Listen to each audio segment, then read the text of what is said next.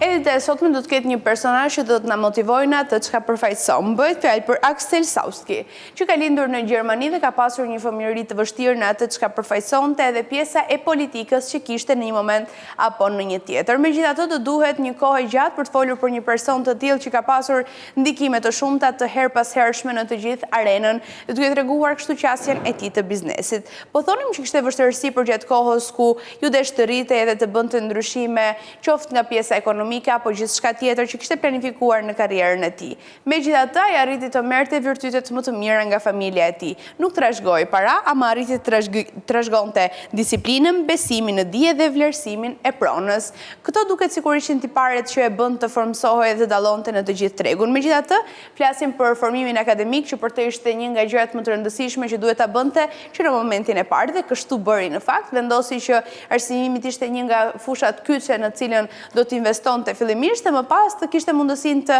arrinte dhe të vlerësonte pronën në të gjithë format e saj. Flasim për një periudhë analizë që arriti ta bënte konkretisht nga e gjithë përgatitja e tij akademike. Gjithashtu ai u mundua të punonte dhe të ishte kudo në çdo moment për të pasur kështu të gjitha analizat që atë do ta bënin një njeri më të suksesshëm fillimisht nga ana personale, më pas edhe nga ana e gjithë karrierës që do ta përfaqësonte. Megjithatë, ai arriti të ruante trashëgimin, dhe kur flasim për trashëgimin, po flasim për virtytet që atë ndihmuan maksimalisht dhe vizionin që edhe familja e tij kishte që në krye të herës. Arriti të krijonte dhe të sillte në New York një qasje krejt ndryshe për ndërtimin, për zhvillimin e pronave, dhe bënte diferencën, duke u bërë kështu edhe një shembull për të gjithë të tjerët që e ndjekin, për të gjithë ata të tjerët që e shohin si një muz frymëzimi në atë çka përfaqëson dhe në atë çka ka treguar që në fillimet e jetës së tij. Megjithatë, do duhet të ndalen detaje të shumta që e përfaqësojnë karrierën e tij dhe gjithë atë çka ka treguar dhe ka ndarë me të gjithë. Është një padukshëm që zotron miliona. Dhe kur themi i padukshëm, flasim për një individ që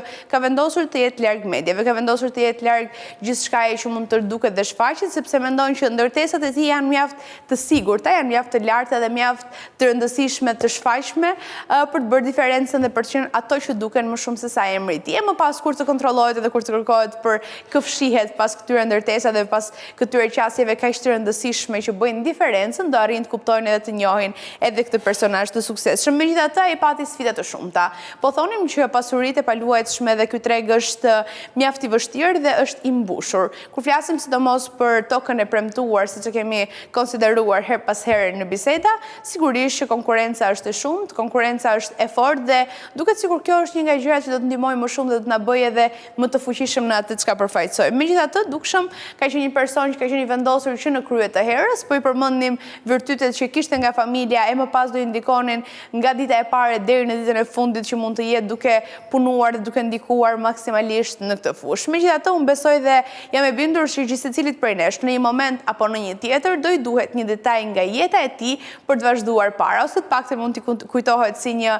rast dhe shembull suksesi që bëri diferencën, dhe pra shkollë sa e ka bërë njëri i tillë që ka pasur vështirësi të shumta në fëmijëri, jam e bindur që edhe ju mund ta bëni dhe gjithë secili prej nesh. Ndërkohë, për të përmbyllur frymëzimin që mund të kemi nga një personazh i tillë këtë të premtë,